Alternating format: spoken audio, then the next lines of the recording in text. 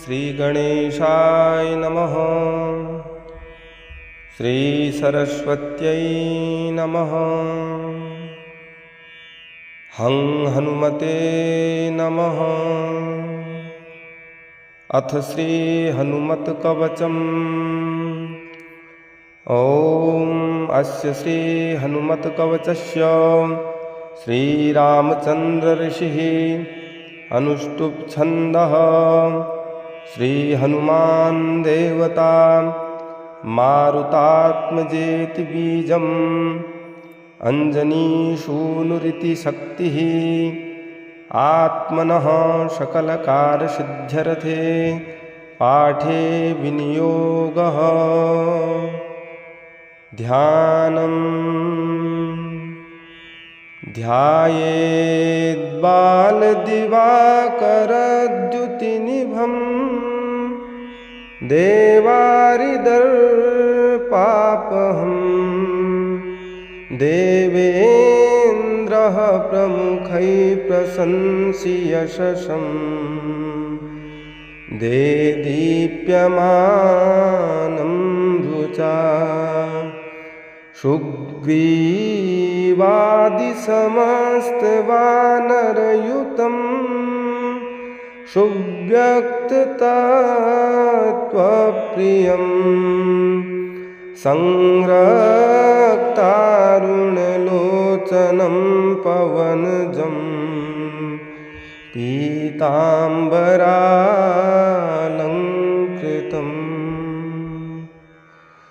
ॐ वज्रांगं पिङ्गलेशाढ्यं स्वर्णकुण्डलमण्डितं नियुद्धमुपसंक्रम्य पारावारपराक्रमं वामहस्ते गदायुक्तं पाशहस्तं कमण्डलुम् ऊर्ध्वदक्षिणदोर्दण्डं हनुमन्तं विचिन्तयेत्। स्फटिकाभं स्वर्णकान्ति द्विभुजं च कृताञ्जलिं कुण्डलद्वयशंसोभि मुखाम्बुजहरिं भजेत्। हनुमान् पूर्वतः पातु दक्षिणे पवनात्मजः पातु प्रतीच्यामक्षघ्नः पातु सागरपारगः उदीच्यामूर्ध्वगः पातु केसरी प्रियनन्दनः अधस्ताद्विष्णुभक्तस्य पातु मध्ये च पावनिः अवान्तरदिशः पातु सीताशोकविनाशकः लङ्काविदाहकः पातु सर्वापद्भयोनिरन्तरम् सुग्रीवसचिवः पातु मस्तकं वायुनन्दनः भालं पातु महावीरो भ्रुवोर्मध्यनिरन्तरम् नेत्रे छायापहारी च पातु नप्लवगेश्वरः कपोलौ कर्णमूले तु पातु श्रीरामकिङ्करः नासाग्रमञ्जनीसूनुः पातु वक्त्रं कपीश्वरः पातु कण्ठे च दैत्यारिः स्कन्धौ पातु सुरार्चितः भुजौ पातु महातेजाः करौ तु चरणायुधः नखान्नखायुधः पातु कुक्षौ पातु कपीश्वरः वक्षो मुद्रापहारी च पार्श्वे पातु भुजायुधः लङ्काविभञ्जकः पातु पृष्ठदेशे निरन्तरम् नाभिं च रामदूतस्य कटिं पात्वनीलात्मजः गुह्यं पातु कपीसस्तु गुल्फौ पातु महाबलः अवलोद्धारकः पातु पादौ भास्करसन्निभः अङ्गान्यमितसत्त्वाढ्यः पातु पादाङ्गुलीसदा सर्वाङ्गानि महाशूरः पातु रोमाणि चात्मवान् हनुमत्कवचं यस्तु पठेत् विद्वान् विचक्षणः स एव पुरुषश्रेष्ठो भुक्तिमुक्तिं च विन्दति त्रिकालमेककालं वा पठेन्मासु त्रयं पुनः सर्वारिष्टं क्षणे जित्वा स्वपुमान् श्रियमाप्नुयात् अर्धरात्रौ जले स्थित्वा सप्तवारं पठेद्यदि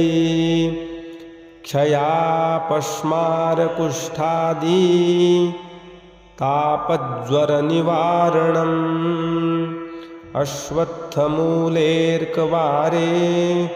स्थित्वा पठति यः पुमान् स एव जयमाप्नोति संग्रामेष्वभयं तथा यः करे धारयेन्नित्यं सर्वान् कामान् वाप्नुयात् लिखित्वा पूजयेद्यस्तु तस्य ग्रहभयं हरेत् कारागृहे प्रयाणे च संग्रामे देशविप्लवे यः पठेद् हनुमत्कवचं तस्य नास्ति भयं तथा यो वारांनिधिमल्पत्वमेर्यो लङ्घ्यं प्रतापवान्वितो वैदेही धनतल्पशोकहरणो वैकुण्ठभक्तप्रियः अक्षाद्युर्जितराक्षसेश्वरमहादर्पापहारोरणे सोऽयं वानरपुङ्गवोऽवतु सदा चास्मान् समीरात्मजः। इति श्रीब्रह्माण्डपुराणे अगस्त्यनारदसंवादे श्रीरामचन्द्रप्रोक्तं हनुमत्कवचं सम्पूर्णम्। ॐ हं हनुमते नमः। श्रीपञ्चमुखहनुमत्कवचम्। ॐ अस्य श्रीपञ्चमुखहनुमत्कवचमन्त्रस्य ब्रह्मा ऋषिः गायत्री छन्दः पञ्चमुख विराट हनुमान् देवता ह्रीं बीजं श्रीं शक्तिः क्रौं कीलकं क्रूं कवचं पञ्चमुख हनुमत कवच पाठे विनियोगः। श्री गरुड़ उवाच अथ ध्यानं प्रवक्ष्यामि शृणु सर्वाङ्गसुन्दर यत्कृतं देवदेवनं ध्यानं हनुमतः प्रियम् पञ्चवक्त्रं महाभीमं त्रिपञ्चनयनैर्युतं बाहुभिर्दशभिर्युक्तं सर्वकामार्थसिद्धिदम् पूर्वं तु वानरं वक्त्रं कोटिसूर्यसमप्रभं दृष्टाकरालवदनं भ्रुकुटीकुटिलेक्षणम् अस्यैव दक्षिणं वक्त्रं नारसिंहं महाद्भुतम् अत्युग्रतेजो वपुषं भीषणं भयनाशनम् पश्चिमं गारुडं वक्त्रं वक्रतुण्डं महाबलं सर्वनागप्रशमनं विषभूतादिकन्तनम् उत्तरं शौकरं वक्त्रं कृष्णं दीप्तं नभोपमम् पातालसिंहवेतालज्वररोगादिकन्तनम् ऊर्ध्वं हयाननं घोरं दानवान्तकरं परं येन वक्त्रेण विप्रेन्द्र तारकाख्यं महासुरं जघान शरणं तत्स्यात् शत्रुहरं परं ध्यात्वा पञ्चमुखं रुद्रं हनुमन्तं दयानिधिं खड्गं त्रिशूलं खट्वाङ्गं पाशमङ्कुशपर्वतं मुष्टिं कौमोदकीं वृक्षं धारयन्तं कमण्डलुं भिन्दिपालं ज्ञानमुद्रां दशभिर्मुनिपुङ्गवम् एतान्यायुधजालानि धारयन्तं भजाम्यहं प्रेताशनोपविष्टं तं सर्वाभरणभूषितं दिव्यमालाम्बरधरं दिव्यगन्धानुलेपनम् सर्वाश्चर्यमयं देवं हनुमद्विश्वतोमुखम्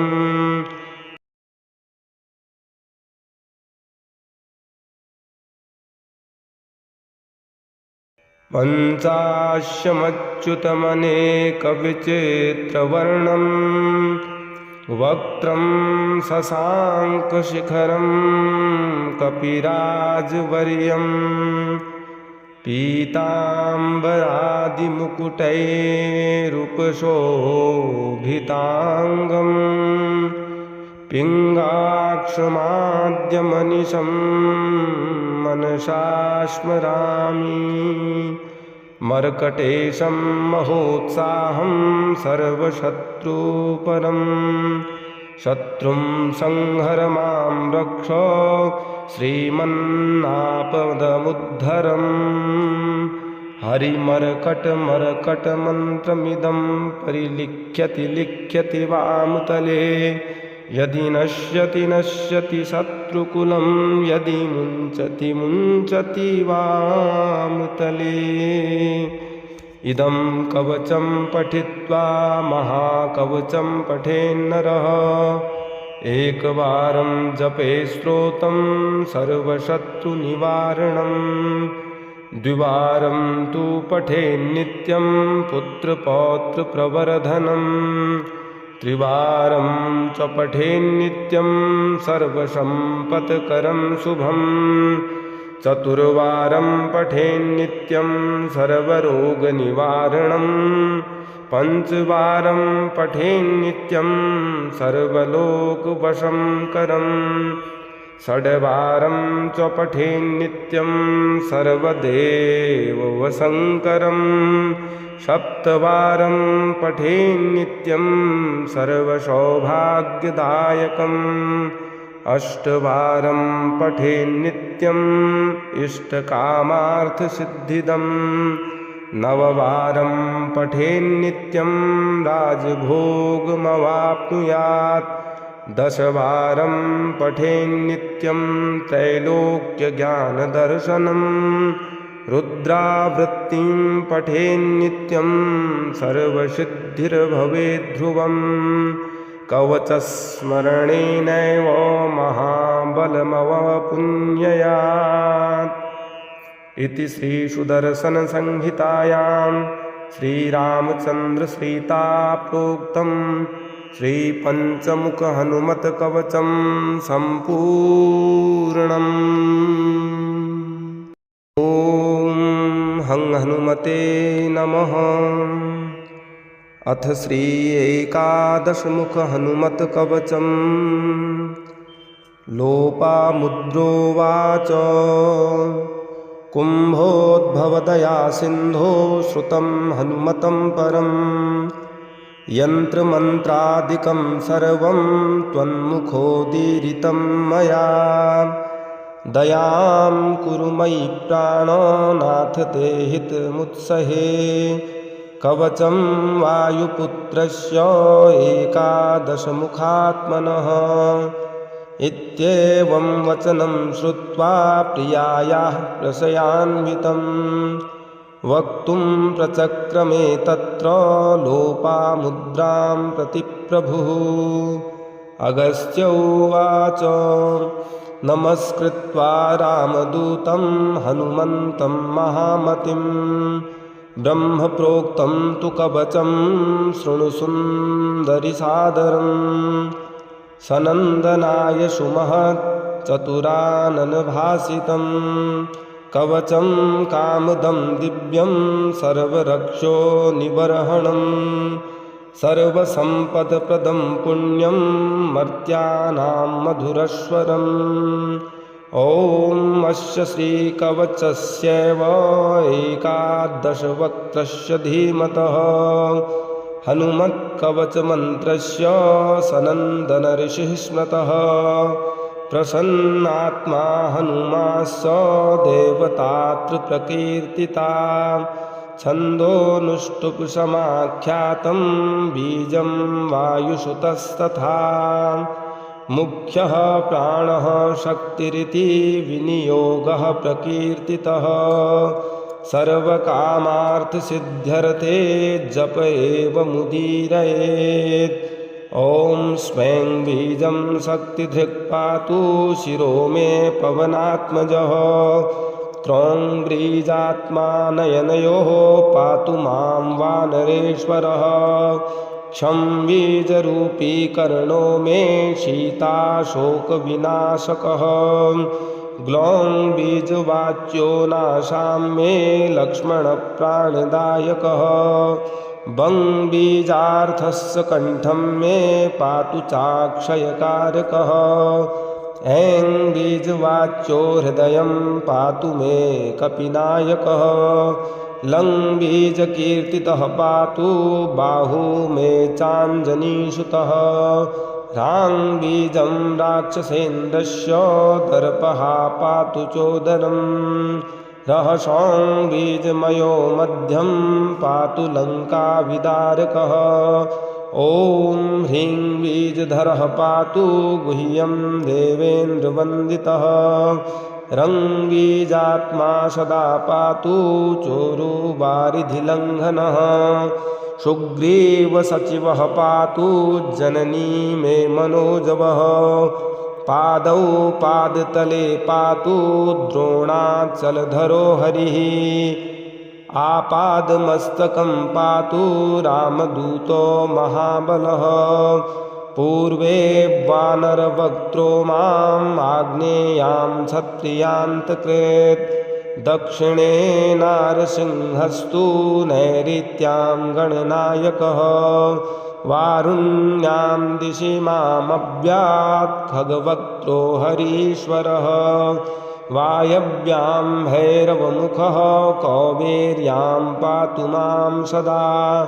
क्रोडास्यः पातु मां नित्यम् ईशान्यां रुद्ररूपधृक् ऊर्ध्वं हयाननः पातु त्वधः शेषमुखस्तथा रोमास्यः पातु सर्वत्र सौम्यरूपी महाभुजः इत्येवं रामदूतस्य कवचं प्रपठेत् सदा एकादशमुखस्यैत गोप्यं वै कीर्तितं मया रक्षोघ्नं कामदं सौम्यं सर्वसम्पद्विधायकं पुत्रदं धनदं चोग्रशत्रुसङ्घविमर्दनं स्वर्गापवर्गदं दिव्यं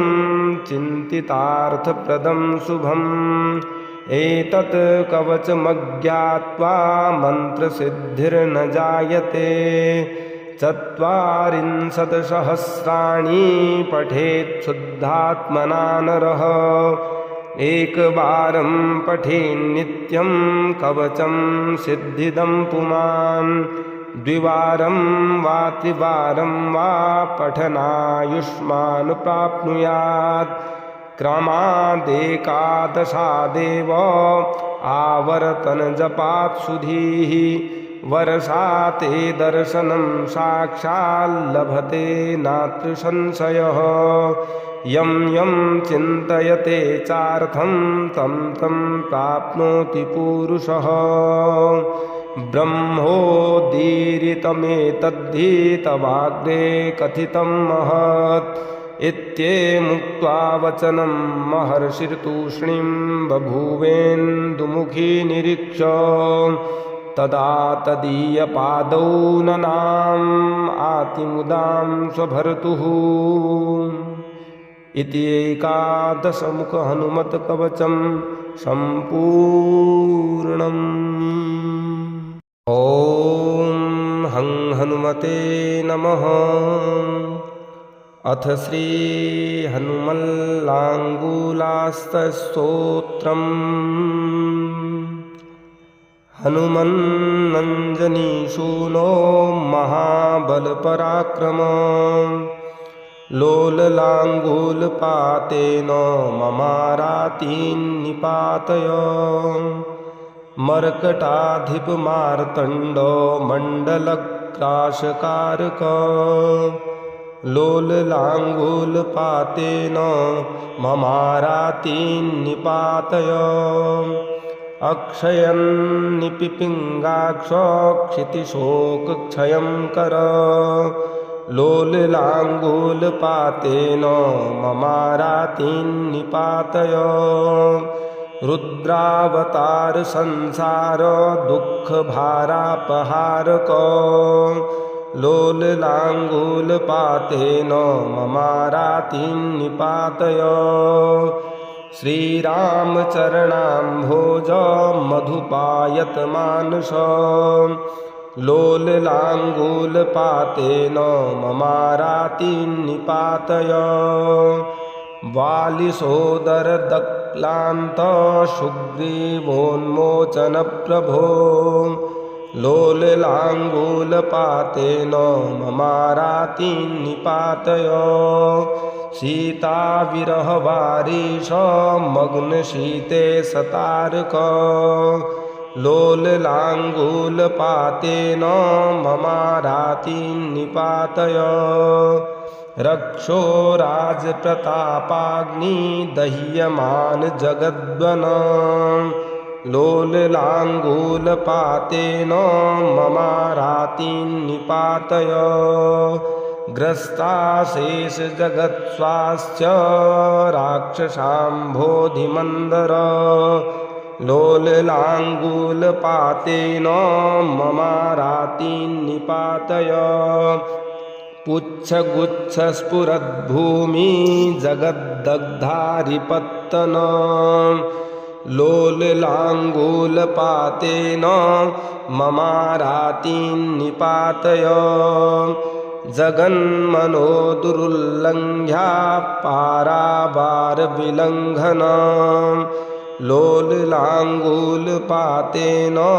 ममारातीन्निपातय स्मृता मातृसमस्तेष्टपूरकप्रणतप्रिय लोललाङ्गूलपातेन ममारातीन्निपातय रात्रिञ्चरचमूराशिकर्तनैकविकर्तन लोललाङ्गूलपातेन ममारातीन्निपातय जननी जानकी जानी प्रेमपात्रपरन्तप लोललाङ्गूलपातेन ममारातीन्निपातय भीमादिकमहावीर वीरावेशावतारक लोललाङ्गूलपातेन ममारातीन्निपातय वैदेही विरहक्लान्त भ्रामरोषैकविग्रह लोलिलाङ्गूलपातेन ममारातीन् निपातय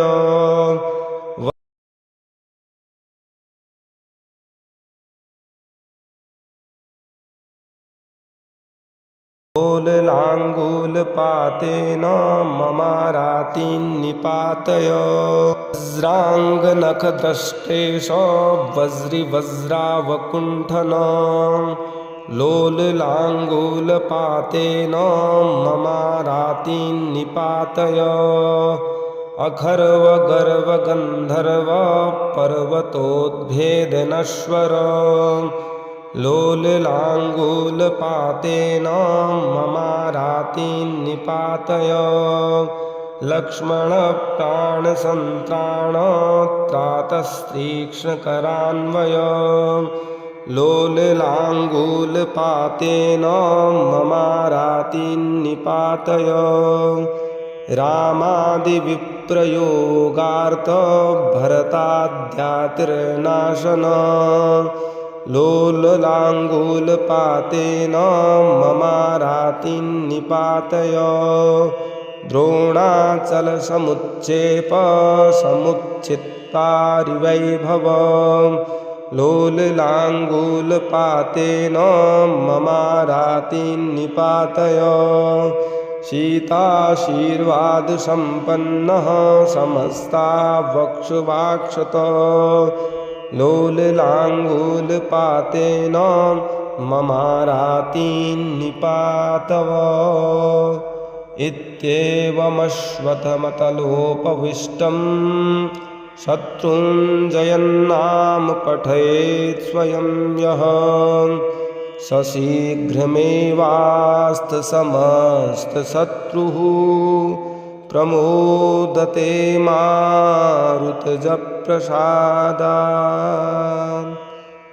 इति श्रीलाङ्गूलास्तशत्रुञ्जय हनुमत्स्तोत्रम्